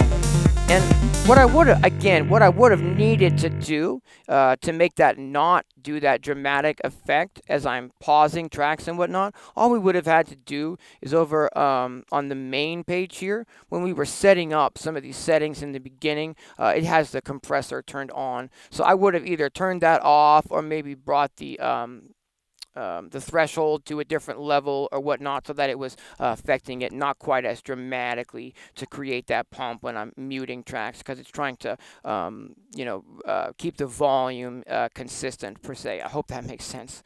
Definitely an awesome thing to have in the Bluebox, that compressor, but when you're trying to do that muting and unmuting in real time, you really don't want your audio levels messed with at all. So in the future, I definitely need to remember to turn the compressor off at the very beginning of a session in working with it.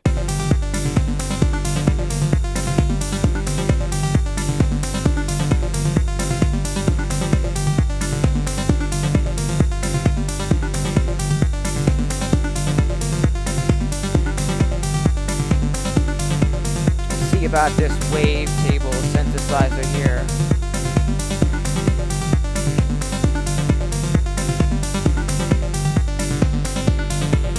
It's got a built-in filter as well. Hear me filtering down that arpeggio. Let me filter it back up.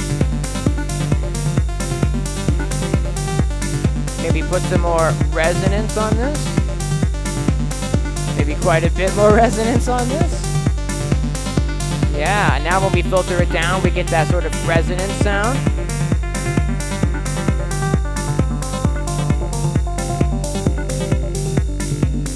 Filter it way down so you can barely hear it. Maybe bring in the chords now.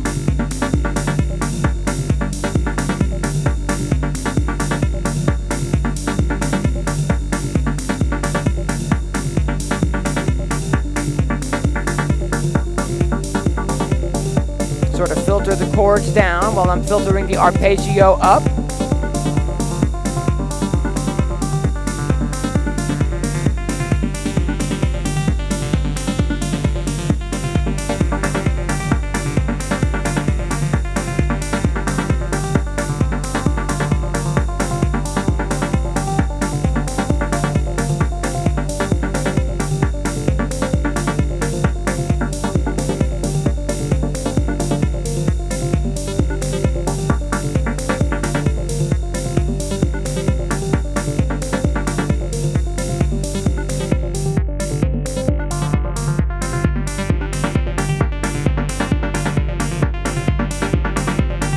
Thanks for tuning in, Wall. I hope you enjoy your dinner.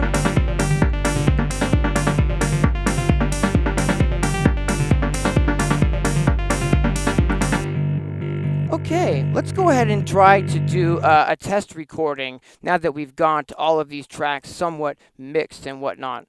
If I remember from the last time, all we need to do is be in the mixer page. Then we're going to hit the recording, highlight the recording icon at the bottom, and then just tap all of the tracks that I want to actually record. I'm going to tap tracks 1 through 9 and triple check to make sure that I've got everything actually highlighted. Let's see where we might want to start a little recording and kind of get the track set up accordingly.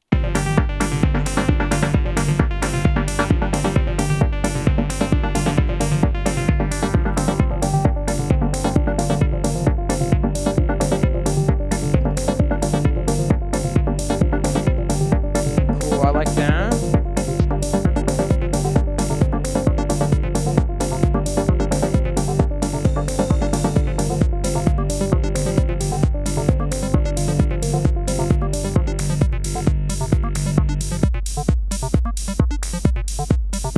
cool. Just for the sake of testing out, we'll go ahead and go with that. And I'm going to hit record and play, and we'll make sure that the meter is running per se, and go ahead and start recording something. 1, 2, 3, and 3, 2. Let's unmute. Cool.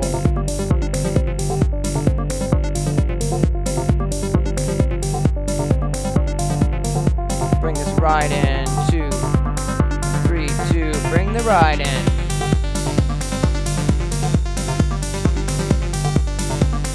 Bring these chords in.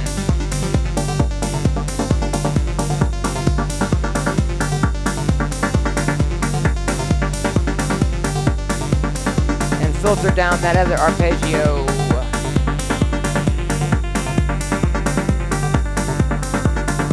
And get ready to turn these chords off. 1, 2, turn them off.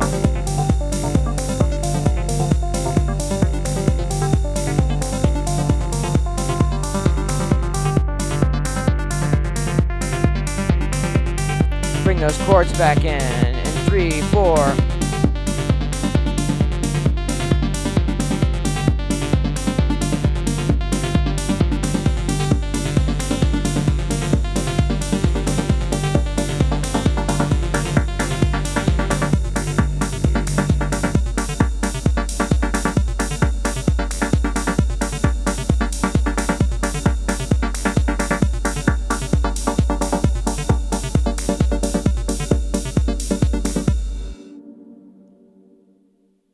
And I will go ahead and let the recording run for just a few more seconds. Hey, thanks for tuning in, Colin. Just having some fun with the Bluebox today, doing some testing. There, we've gone ahead and recorded a little section there. And if I go over now into the edit page, we'll see that we've got these tracks that have just been recorded, 1 through 8 there. Fantastic. And let's see, I think I wanted track 9 to be recording too, though. What do I have that on mute or something? Yeah, I had that on mute. So we didn't actually get a recording on track 9, even though we were hearing it. Boy, there's some anomalies there. That's a little strange. Like, I was able to hear that, so I don't understand how it could have been muted. Because if I'm hearing it, then it's certainly not muted, is it? But it didn't record, because even though the track was highlighted, track 9 said mute. But that's odd because, again, we were hearing it as it was playing. Not really sure what that's about, but we didn't get track 9 recorded there. Again, that's definitely user error in that I made a mistake in not having it unmuted. But I don't know why we were able to hear that track while it was muted. It seems like the recording and the mute might be related or something. So now if I just go through and select all of these tracks on the record, make sure nothing's muted, and we should be good to go. Yeah. I've only had this for just a couple of days. It's actually really straightforward to work with, and it's been nothing but a complete joy to work with so far as I learn all of the little ins and outs of it. Hey, what's happening, Emil? Thanks for tuning in. Hey, what's happening, Martin? All right. We've just been having a good time today, checking out the Bluebox mixer. I've been showing everybody how much I like the EQ section in this, how we can get in and we can do individual EQ on every single of these tracks, and also how we can customize the amount of tracks that we're recording on and whether they are mono or stereo tracks. We have 6 stereo inputs on the back of the 1010 Bluebox, and I'm dividing those up into 12 mono inputs using these splitters from Hosa here, able to take a mono signal and split it into take a stereo signal and split it into 2 mono signals. So we're working with 9 tracks in the Bluebox. It's got built-in reverb. It's got a built-in delay. We've been experimenting today with the built-in reverb. And I really love how you can just get in and precisely edit whatever you need to edit. You can see all of your levels right here on the screen. If we were clipping on any of the tracks, including the master, we would know that. I absolutely love this visual reference. An individual EQ per track is just an absolute game changer.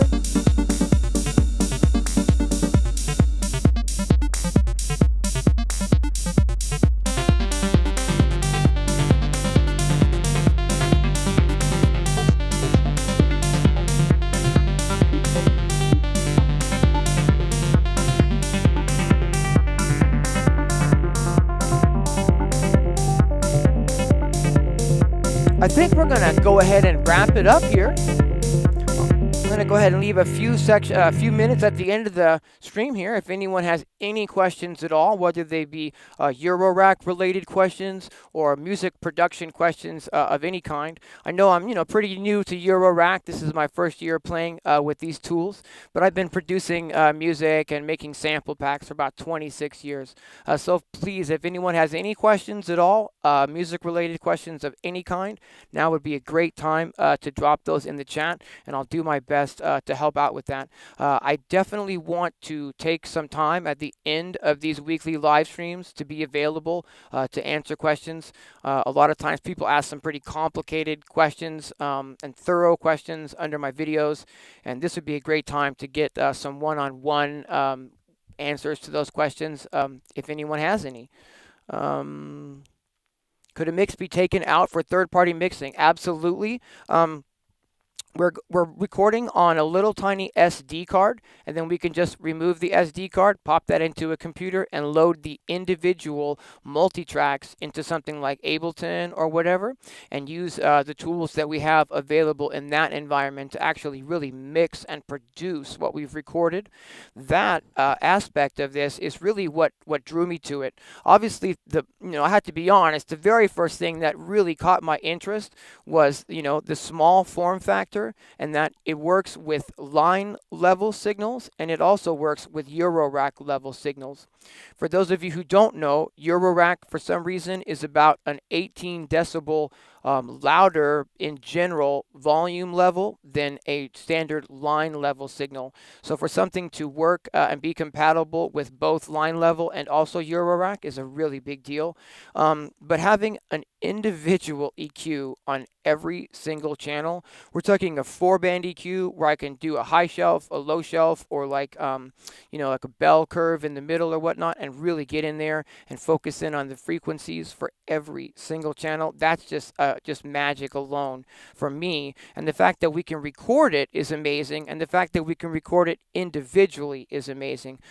Today was the first. I've just had it for a couple days, so today was the first time that I've explored or even tried rather to actually record in it. So I haven't pulled the recordings out myself and then put those in a DAW, but that's the whole point, is that it records all the audio to a smart memory card for you to do exactly that. Pull the individual tracks out and then, do whatever you want with those tracks. Hey, thanks very much, Emil. I appreciate that. I am absolutely excited. I'm glad you brought that up again, Travarsi. I actually have a note to remind everyone about that, and I brought it up at the beginning of the stream, and I definitely want to bring that up now. I'm going to be on a live stream this Thursday, 6 p.m. Pacific Standard Time, on a different YouTube channel. That channel is called Gear Dive Jam. It's a really awesome channel run by my friend Travarsi, and I definitely suggest that you subscribe to that channel so you can get a notification when we do this live stream on Thursday. It's going to be this Thursday at 6 p.m. Pacific Standard Time. It's going to be Travarsi and B-Boy Tech Report, also Steve from 1010 Music, and myself, and we're going to be waxing philosophical about the 1010 Bluebox, and those guys are going to be showing you how they use it as well. I cannot wait for that live stream. I'm going to have a different setup for that, something specific and special for that stream. Again, that's this Thursday. We're all going to be talking, focusing in on the cool things of the 1010 Bluebox. So if you want to know more about the Bluebox, definitely check out that stream on the Gear Dive Jam YouTube channel. Absolutely. Thanks, Jamie. I appreciate that. Do you work out your patching on your Eurorack on paper? That's a great idea, Colin. Actually, I haven't ever taken the time to sort of pre-plan it. I planned in my head what I maybe would like to create. What I'm actually able to create is maybe not always that, especially on these live streams when I'm just trying to kind of go and sort of keep the interest up or whatnot.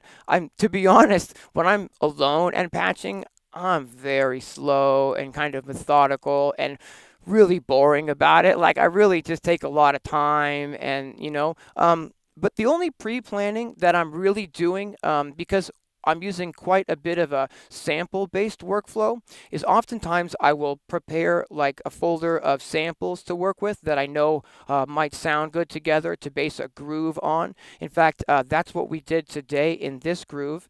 We're working with a kick drum sample. Let me go ahead and switch the camera over so you can see what I'm talking about. I'm using the Squarp Rample module as my main sample player, and I prepared 4 samples to load into it yesterday that I knew would work together. We've got a kick drum, and we've got sort of a bass groove, like a 2-bar bass loop, basically. Right? And then we've got kind of a percussion sound. And then on the last slot, I've got like a hi-hat sound. And so those samples I prepared yesterday in advance to work with in this session. Then we get those loaded up. And then from there, it's really just whatever I can think of to go next, which is, definitely why some of these live streams end up sounding great if I get lucky, or maybe not so awesome as I'm just kind of winging it in real time. I was a little bit nervous doing this one, actually, because I don't have a lot of prior experience with the Bluebox. I mean, I've only had it for like 48 hours. And because all the audio on this stream from the rack is running through that, if anything went awry, per se, I would be a little bit, so that was really lucky that it, performed as expected today.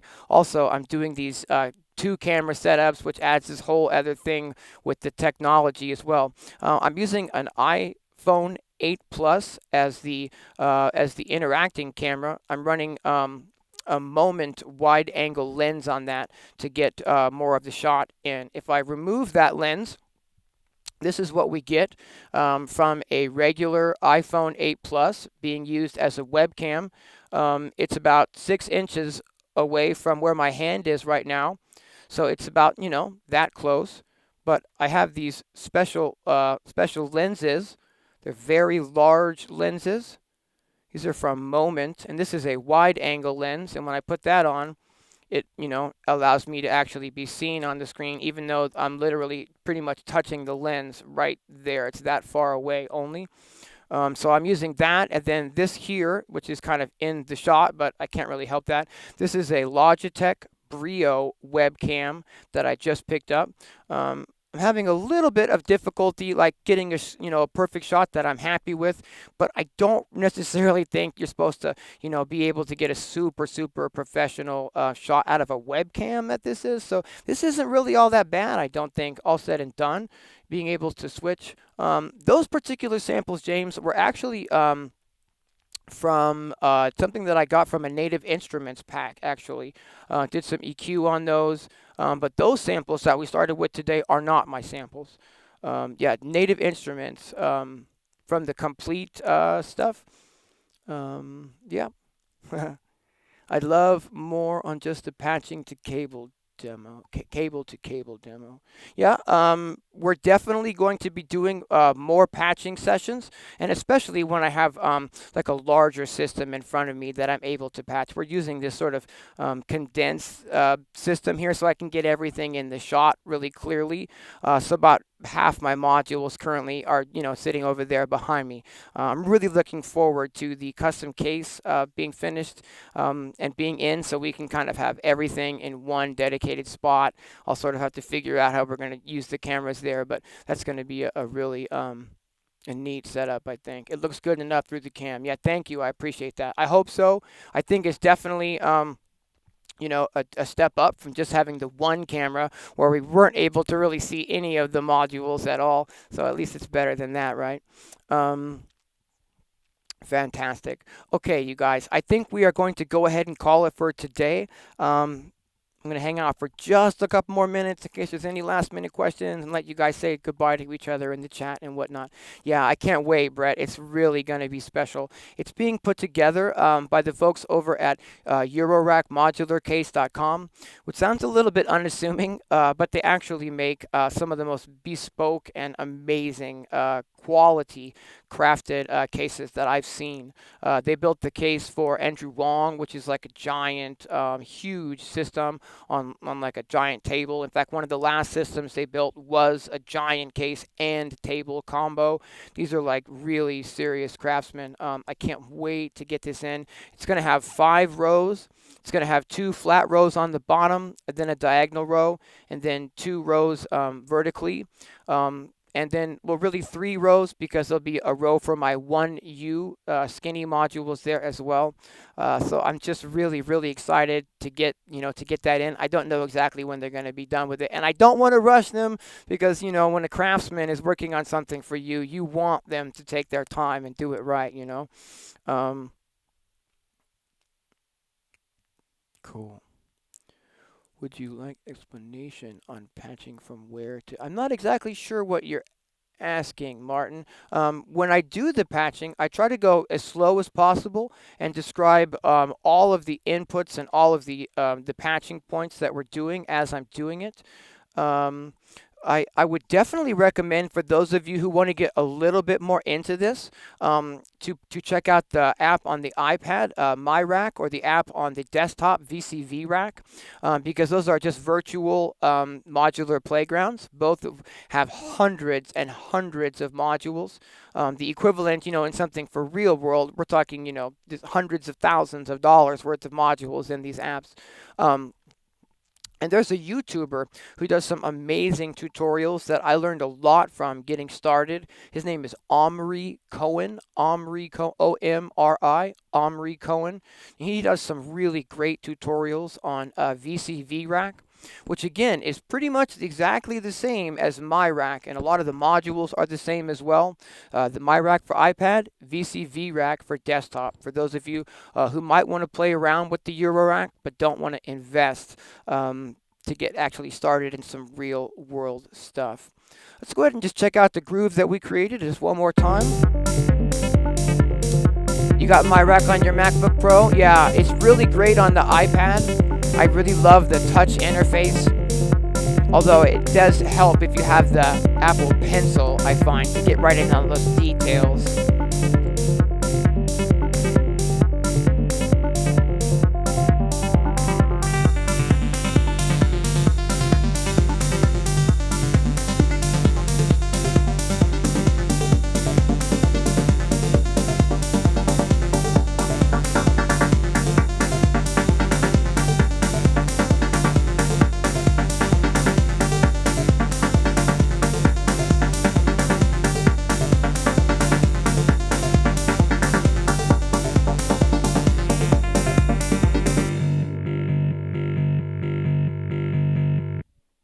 All right.